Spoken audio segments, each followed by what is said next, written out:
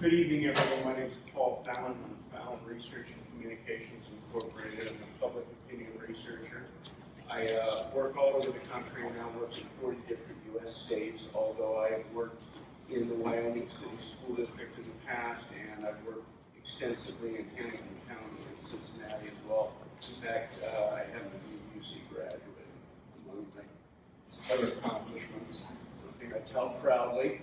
I'm going to be presenting the results of the community survey tonight, and at the end I'll open the floor so that the board members can ask any questions if there's anything that I've gone over too quickly or glossed over. First and foremost, let me start by talking about the methods.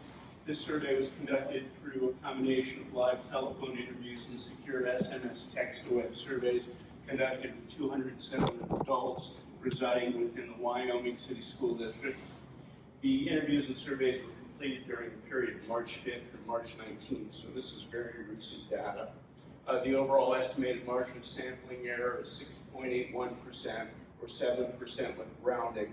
That just means if we asked on the survey, for example, what's your favorite topping on pizza, if 50% of the respondents had black olives, because of sampling variability, that number could be as low as 43% to as high as 57%. There were some adjustments made to weight the results to the estimates of the adult population in order to prevent under or oversampling of any key groups from distorting the results. And keep in mind that not all the results will add up to 100% due to computational rounding.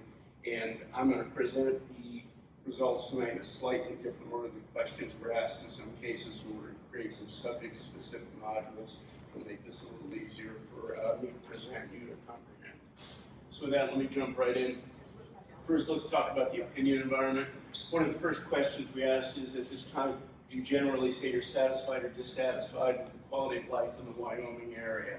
This probably doesn't have any probative value for you. The reason that professional opinion researchers start surveys with innocuous questions like this is to draw respondents in. We know if we get people past about the first or second question, they'll usually finish the survey. Nevertheless, it's reassuring to see that 89% of respondents said they were satisfied with the quality of life in this community. Just 3% were dissatisfied, 5% volunteered mixed opinions, and 3% were unsure. Now, to give you some idea of how stratospherically high this number is, I just got out of the field, it's parlance and opinion research, just completing a study in the city of Chicago, and just 36% of respondents said they were satisfied with the quality of life in Chicago. So you're breathing very rare air in this community. Enjoy it. As you can see from looking at the horizontal bar chart on the right-hand side of the screen to view some of the subgroup results, among parents, 84% said they were satisfied. A little bit of nomenclature here when I refer to parents, talking about people who at the time of the study had a child enrolled in the school system. Among non-parents, 92% were satisfied. Among those respondents who've lived in the community less than 10 years, 92% were satisfied. 10 to 20-year residents were satisfied at 89%, and it dropped down to just 87%. I say that somewhat sardonically. Among those respondents who lived in the community more than 20 years. All extraordinarily high figures, very reassuring. We also asked in a forced choice battery, which of the following would you say is the biggest reason that you moved to or stayed in the area? And among the response options offered, the most frequently chosen one was the quality of schools at 49%. It's also higher for parents at 52%, 72% for future parents, that is non-parents who indicated that they expect to have a child enrolled in the school system within the next 5 years. 68% of 45 to 64-year-olds said they had moved to or stayed in the area because of the quality of schools, and it was 59% for those who lived in the community less than 10 years. So with nearly 1 of 2 respondents saying the quality of schools is the reason they moved to or stayed in the community, it's obvious how important the school system is to this community, and that it is maintained to serve, or it is served as a magnet to attract and keep people here.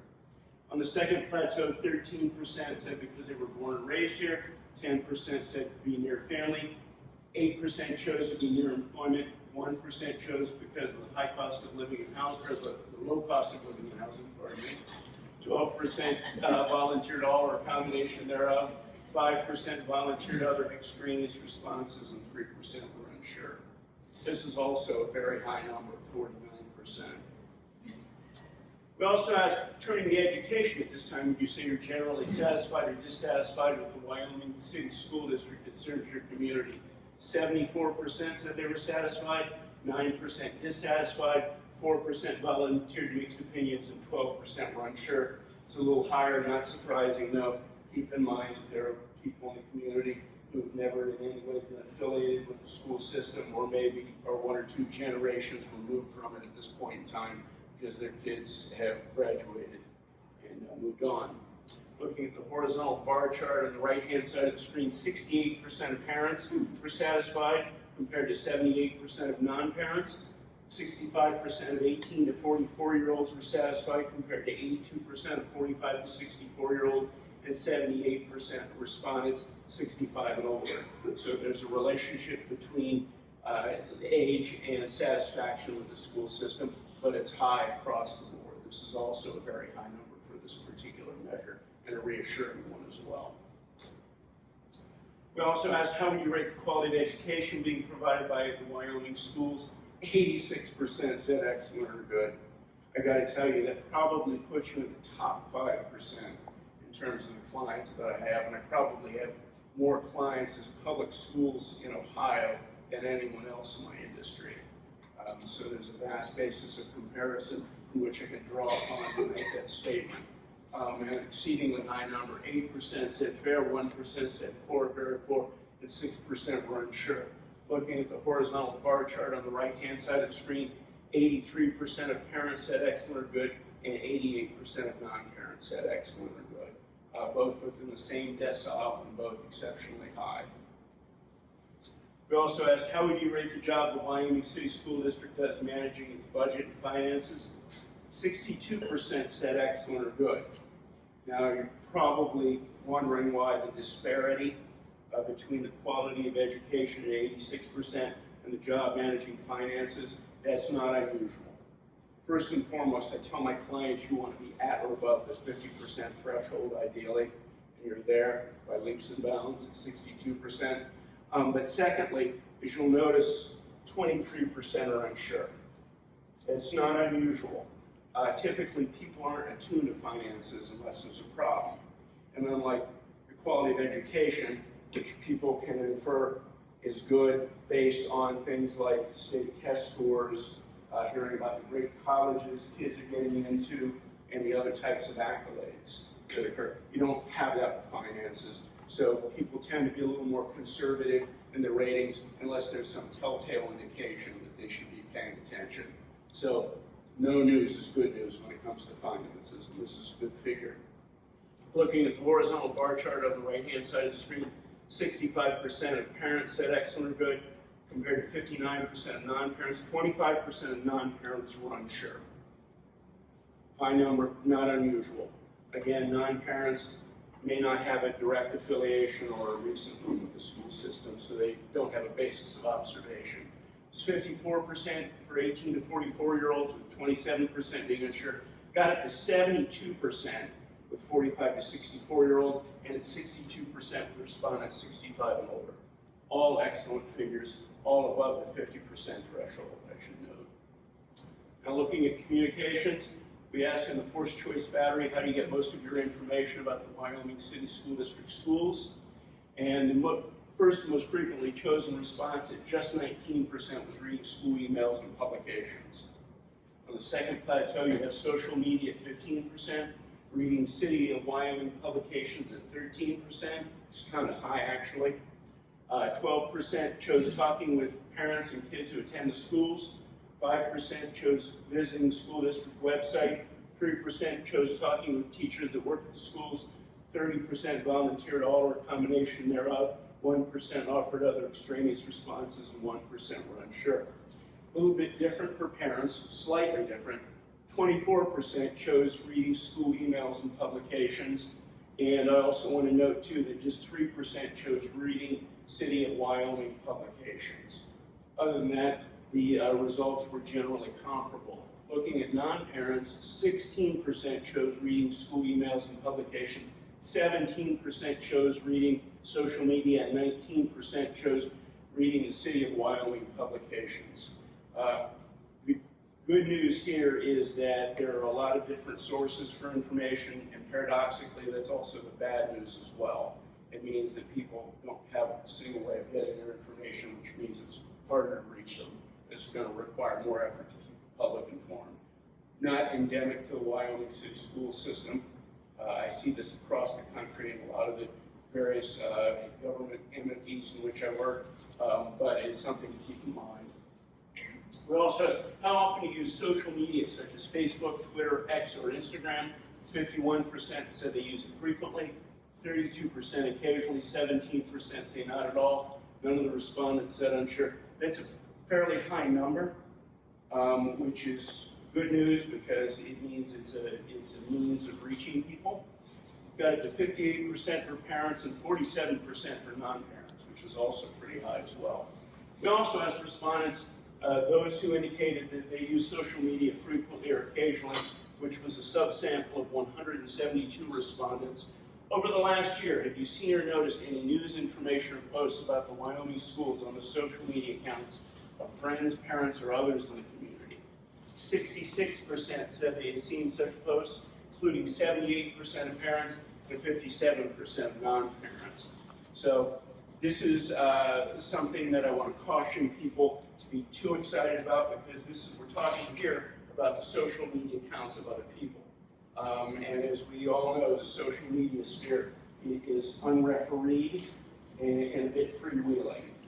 So this is something that can be as much of a curse as it is a blessing.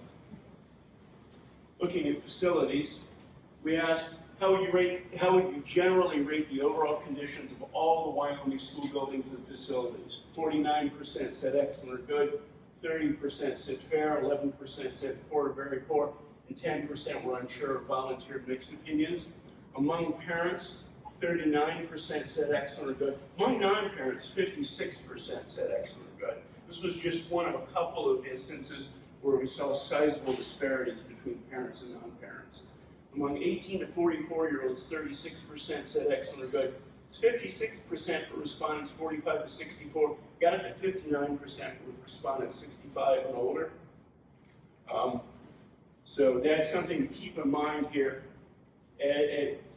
Older respondents in the community seem to have drastically different views and much more favorable ones of the general conditions of the buildings. When we asked specifically about the Wyoming primary school buildings and facilities for kindergarten through grade 4, it was a different story. 29% said excellent or good. That's compared to 49% overall. 30% said fair, 22% said poor or very poor, and 19% were unsure or volunteered mixed opinions. Among parents, just 22% said excellent or good, and actually 35%, a near plurality, said poor or very poor. Among non-parents, 33% said excellent or good, so that was a plurality. Among future parents, mixed bag, 28% said excellent or good, 28% said fair, plurality, 38% said poor, 34%, said poor, very poor, and 11% were unsure of mixed opinions. Also, as you can see, once again, there seems to be a correlation between age and assessments of the buildings, even for the facilities for the lower grades. We also asked, prior to the survey, were you aware that the Wyoming City School District is considering possible plans to replace the primary school buildings and facilities for kindergarten through grade 4 with new ones? 82% were aware of it. 94% of parents. And when you factor in the estimated margin of sampling error, it's almost universal. Even 74% of non-parents were aware. We also asked, prior to the survey, were you aware that the Wyoming City School District primary school buildings are all more than 70 years old and they no longer can meet the needs and demands of modern education, such as security measures to prevent intrusions? 66% were aware of that information, including 71% of parents and 63% of non-parents. So people in the community are not suffering from a deficit of information. Now, we tested a couple of different options. This is what I call the same sites option. And it is, do you think it's a good idea or a bad idea to replace all 3 of your current primary schools with new kindergarten through grade 4 school buildings that would all be located at the same location? 60% said it was a good idea, 24% said it was a bad idea, and 16% were unsure. Among parents, 68% said it was a good idea. Among non-parents, 55%, the statistical majority, said it was a good idea. Among future parents, 96% said it was a good idea, exceptionally high. Among 18 to 44-year-olds, 78% said it was a good idea, drops down to 53% for 45 to 64-year-olds, and hits its nadir among 65 and older respondents at 44%. So this time there's an inverse relationship between thinking it's a good idea and age. Probably not surprising, given older age cohorts seem to have greater confidence in the conditions of the buildings. So it's not to be unexpected. Among those folks who were aware of possible plans, that is these folks right here, among them 64% said it was a good idea. Among those who are aware of the age and that it cannot meet its needs, that's these folks right here, 68% said it was a good idea. Among frequent social media users, 64% said it was a good idea. With the exception of respondents 65 and older, almost everyone is at or above the 50% threshold. We also tested what's known as, I characterized as the grade band option. And by asking, do you think it's a good or bad idea to replace all 3 of the current primary schools with a new kindergarten through 2nd grade school building at Elm, a new kindergarten through 2nd grade building at Vermont, and a new school building for the 3rd and 4th grades at Hilltop. 35% said it was a good idea. 46%, a plurality bordering on a near majority, said it was a bad idea, and 19% were unsure. Looking at the horizontal bar charts on the right-hand side of the screen, 38% of parents said it was a good idea, 38% of non-parents said it was a good idea, just 56% of future parents said it was a good idea. That was the only subgroup that was at or above the 50% threshold. Among those who were aware of possible plans, 33% said it was a good idea, 35% of those who were aware of the age of the buildings and that they cannot meet needs said it was a good idea, and among frequent social media users, 40% said it was a good idea. We also programmed the computer, so those respondents who said both of the preceding options were a bad idea were asked, in a few words, what is the biggest reason you think both of the building options are a bad idea? And this was a subsample of just 26 responses. Keep in mind, they said both were a bad idea. One respondent said, they go too far. They haven't looked realistically at what to do. It's an all-for-nothing proposition. In response, another respondent said, it is unnecessary and no compelling reason for replacement has been provided. Another respondent said it would be more cost-efficient to upgrade the existing buildings. Now, you've got all of the verbatim responses, and it's been a couple days since I looked at them, but I almost be willing to bet that there's no one in there who's saying, you know what, these schools are terrible, teachers are doing a bad job, it's a poor quality education. This is all about money or how this should be done, which is strangely good news. Nobody's saying, I just don't have confidence in what's happening in the classroom. In conclusion, these are the key findings or the key takeaways, points that I think are most important. First and foremost, residents and parents exhibit high levels of satisfaction with the community and school district, suggesting there were no substantive underlying areas of concern that could have tainted views about the school system or facilities. Second, it appears the school system has been a magnet to attract people and keep them, which underscores the centrality to the social fabric of Wyoming, as well as the commensurate importance that facilities have on its future direction and the community's character. Third, like many communities and government entities, the school district appears to face challenges reaching the public due to the absence of a single dominant medium. Fourth, many residents appeared aware of the exploration of new facility plans, and assessments about the conditions of the facilities for lower grades were quite mixed, which were indications that the public is poised for a dialogue about ways to rectify the situation. there are going to be very few people that you may talk to who will express surprise. People know this is coming, whatever it may be. Next, among the 2 options tested, replacing the 3 primary schools garnered the most favorable reaction, while the grade banding option met with ambivalence from parents and the public alike. Lastly, the performance ratings for the school district's work educating students and managing its budget were exceptionally high, which has likely created a vast reservoir of trust and confidence that the school district can draw upon to reassure parents and the public about whatever decisions are made about the future of facilities in the Wyoming community. Now, before I entertain any questions from the board, let me remind people that first and foremost, this is not a campaign survey. It cannot presage the outcome of an election. It's a public survey of all residents of the community 18 or older, who comprise the sample pool. So it's important to keep that in mind as you're utilizing this information. It's about public preferences, not political votes for a campaign. With that, I'm glad to entertain any questions you may have. How about if I start? Can you go over how you prepared your sample pool? Sure. We purchased a list of people who live in the community. We actually purchased a couple from some different commercial sources, and then we randomized the list, and then we separated the list. So there was a randomization of people who received a call versus those who received a text. So you use call and text? Yes, as I said, it was a combination of both. In this day and age, there are people who, paradoxically, will complete a survey but won't talk to an interviewer. So this gives us the highest degree of penetration. And on that, can you remind me, because it seems like good diversity of people without kids in the district, with kids in the district, was there a way to get that good sampling? And in that, can you remind me how the 207 people, a certain percentage of Well, residents? we stratified it based on age, race, gender, and geography of the neighborhood. Yep.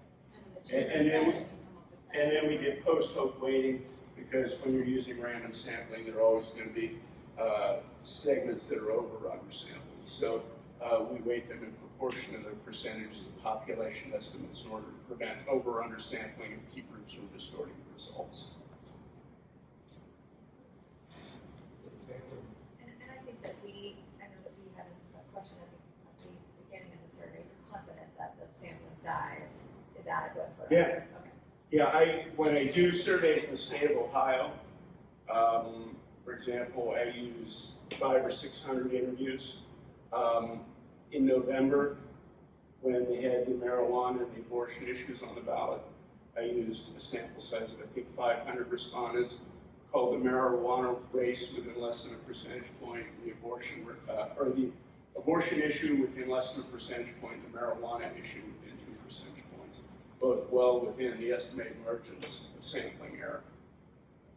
I appreciate that reminder, because a lot of questions we got, and some of the swirl was a little bit about, they're handpicking 200 people that they want, and I'm like, well, this is how I think polls work. Random selection. So it's nice to have that education reminder, so You mentioned geography was a factor as well, so is there the equivalent of a kind of scatter plot that we could look at? That would be shows pretty distribution? granular. But are we comfortable that the community as a whole is kind of Yes, represented based on the various precincts within Wyoming. So you use vote precincts? As boundaries, yeah. Just because they're easily discernible from various records based on where people live.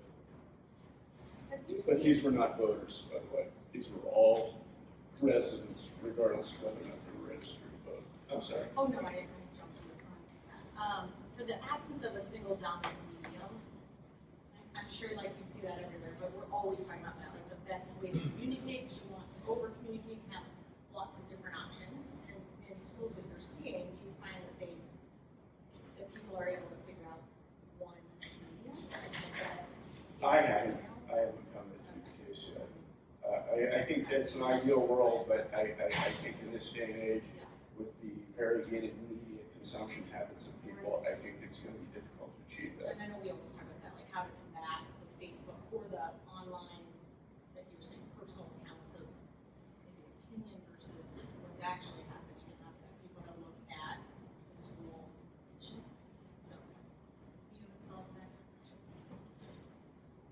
That's all. Probably it either. Thank you for having me this evening. I appreciate it. It's Thank been a you. pleasure. From reading the conclusions especially, I believe that we see a direction here. You have given us a clear path. It's pretty obvious where the data is taking us. I thank you. My pleasure. I'll send a copy of this to Superintendent Weber and Treasurer Johnson so that it's available for distribution. I was going to say, it was helpful for me to see that at least of having two options. I know that people were struggling to have too many, not enough, but being on facilities, it was important to not just have one, so to see that there was still a high percentage of the community who was even interested in a secondary option, but that we still have a direction is helpful for me. Well, and I think we've also seen that in the community that people who are willing to look into everything so that when we finally come to a decision, it is the best decision. I can infer from the data that people are very interested in this matter. Yes. It sweeps me a lot. Thank you for having me. All right, thank you. I would